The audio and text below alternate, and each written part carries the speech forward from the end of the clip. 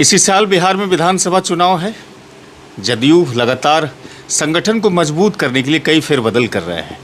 अभी सप्ताह भर पहले ही स्टेट एडवाइजरी कमेटी जदयू की तरफ से बनाई गई है, नवनिर्वाचित उसमें कई सदस्य चुने गए हैं, जिसमें से शिशुपाल भारती भी हैं। पहले भी आप लगातार इन्हें देखते रहे हैं कि भागलपुर के जिला जदयू प्रवक्ता के तौर पर काम करते रहे, प्रभारी रहे, कई पदों पर रहे। पार्टी से जुड़ी हुई कुछ बातचीत करेंगे और चिराग पासवान को लेकर के जो समय समय पर उछाल आता है बिहार में, उस पर भी बात करेंगे। अच्छा, अभी तो जदयू की तरफ से आप जो हैं कि एडवाइजरी कमेटी के एक नॉमिनेटेड मेंबर हो गए हैं, तो संगठन लगातार कई तरह से बदलाव कर रही है। निशाना है कि बिहार में विधानसभा चुनाव एक बार फिर से नीतीश कुमार के चेहरे पर लड़ा जाए और सरकार भी बनाई जाए। चिराग पासवान का भी उछाल आता है। तो पहले तो आप ये बता दीजिए कि आप जो एडवाइजरी कमेटी के मेंबर बने हैं, तो संगठन भागलपुर में खास तौर से कैसे काम करेगी और कैसे लोकसभा से बेहतर प्रदर्शन कर पाएंगे, क्योंकि पिछला 2020 का विधानसभा चुनाव का जो परिणाम रहा है वो बहुत हद तक आपके लिए संतोषप्रद भी नहीं रहा है। शिशुपाल जी, सर्वप्रथम मैं आपके चैनल के माध्यम से पार्टी के राष्ट्रीय अध्यक्ष, सूबे के मुखिया माननीय मुख्यमंत्री नीतीश कुमार जी को और राष्ट्रीय कार्यकारी अध्यक्ष संजय झा जी को, राष्ट्रीय महासचिव मनीष वर्मा साहब को और प्रदेश अध्यक्ष उमेश कुशवाहा जी को और हमारे संगठन के प्रभारी भागलपुर के प्रहलाद सरकार जी और हमारे मुख्यालय प्रभारी चंदन जी को बधाई और शुभकामना और धन्यवाद देता हूं कि मुझ जैसे आम कार्यकर्ता को इस दायित्व पे लाए हैं, काम करने का मौका दिए हैं। इसके लिए बहुत बहुत आभार और धन्यवाद करते हैं अपने तमाम पार्टी के शीर्ष नेतृत्व का और नेताओं का। रही बात पार्टी के क्रियाकलाप का, पार्टी के आगे आगामी जो विधानसभा का चुनाव है उस चुनाव को लेकर के, तो मैं आपके चैनल के माध्यम से ये स्पष्ट कहना चाहता हूँ कि हमारी जो पार्टी है और पार्टी का जो वर्तमान समय में पूरे बिहार में हमारे नेता माननीय मुखिया नीतीश कुमार जी के नेतृत्व में जो पिछले 20 वर्षों से विकास का काम हुआ है, इस विकास के सामने कोई नहीं है। और ये भागलपुर प्रमंडल या कोसी प्रमंडल या सीमांचल की मैं बात नहीं करता हूँ, पूरे बिहार की बात करता हूँ। अगर आप विकास पे चर्चा करेंगे और विकास को लेकर जो ही आप चर्चा करेंगे या हमारी पार्टी के कोई भी साथी विकास के मुद्दे को लेकर जो ही चर्चा करते हैं, सामने कोई रहते ही नहीं है। और पूरे बिहार में कोई ऐसा घर, कोई ऐसा गांव, कोई ऐसा गली मोहल्ला नहीं है जहां हमारे नेता के विकास कार्यों का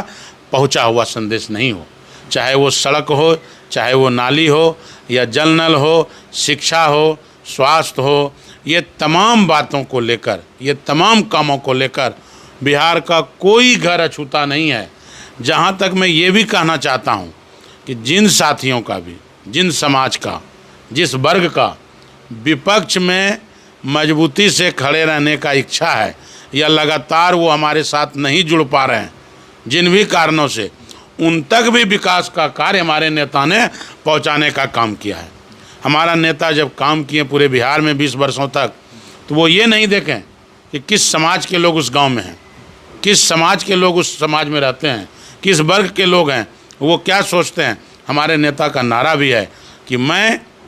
वोट की नहीं, वोटरों की चिंता करता हूं। और वोटरों की चिंता के तहत पूरे बिहार में उन्होंने विकास किया है और अब सामने कोई नहीं है। हम लोगों का जो पार्टी का निर्णय है, नेता का निर्देश भी है और हम लोग चाहते भी हैं कि 2025 फिर से नीतीश, 2025 में 225, हम लोग 225 सीट जीतकर विधानसभा 2025 में पुनः नीतीश जी को मुख्यमंत्री बनाएंगे और 2010 में जो हमारा प्रदर्शन रहा है उससे भी बेहतर प्रदर्शन 2025 में रहेगा। बहुत सारी अटकलें हैं कि निशांत कुमार भी जदयू ज्वाइन करेंगे। आधिकारिक रूप से अभी नहीं हुई है, लेकिन इसकी चर्चा खूब होती है। तो क्या नई पीढ़ी को आगे बढ़ाने के लिए, जदयू को आगे बढ़ाने के लिए निशांत कुमार पार्टी में आधिकारिक रूप से आएंगे? देखिए, रही बात जदयू को आगे बढ़ाने के लिए, तो जदयू को आगे बढ़ाने के लिए हमारे पार्टी में माननीय हमारे नेता नीतीश कुमार जी अभी कंटिन्यू कर रहे हैं और वो कंटिन्यू करेंगे। अब सवाल रहा निशांत जी का, तो निशांत जी लगातार जब वो अपने व्यक्तिगत कार्यक्रम में जा रहे हैं तो आप जैसे ही मीडिया के साथी उनसे कुछ कुछ सवाल करते हैं, तो मैं सर्वप्रथम आपके चैनल के माध्यम से आप जैसे मीडिया के साथी का भी आभार व्यक्त करता हूं और धन्यवाद करता हूं और शुभकामना भी देता हूं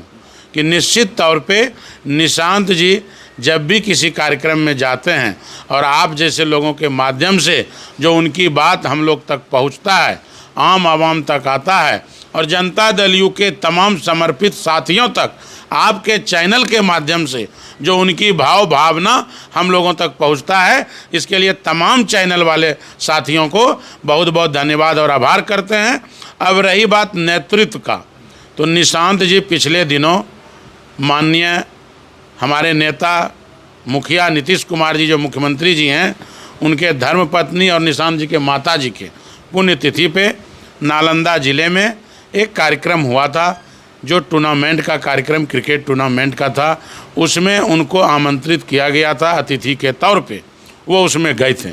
हम भी चैनल के माध्यम से ही मुझे भी देखने का ये सौभाग्य प्राप्त हुआ कि नालंदा ज़िले के जहाँ ये कार्यक्रम था, बतौर अतिथि के तौर पे ये गए थे निशांत जी, तो वहाँ के जो समर्थक हैं, शुभचिंतक हैं, आम जन हैं, उनका हमको भी नारा सुनने का मौका मिला कि हमारा नेता कैसा हो, निशांत जी जैसा हो, अगला नेता कैसा हो, निशांत जी जैसा हो। ये हमारे समर्थकों का और जनता का भाव है, भावना है और उद्गार है और होना भी चाहिए। हमारे नेता जिस तरह से पूरे बिहार में पिछले 20 वर्षों में जो विकास का कार्य किए हैं और जो एस्टेब्लिशमेंट आया है, जो स्थिरता आया है बिहार में, एक लगभग हर समाज में, विशेष करके महिलाओं के लिए, अति पिछड़ा के लिए, अनुसूचित जाति, अनुसूचित जनजाति और अल्पसंख्यक समाज के लिए और गरीबी रेखा से नीचे वाले सवर्ण समाज के लिए जो तमाम विभागों में,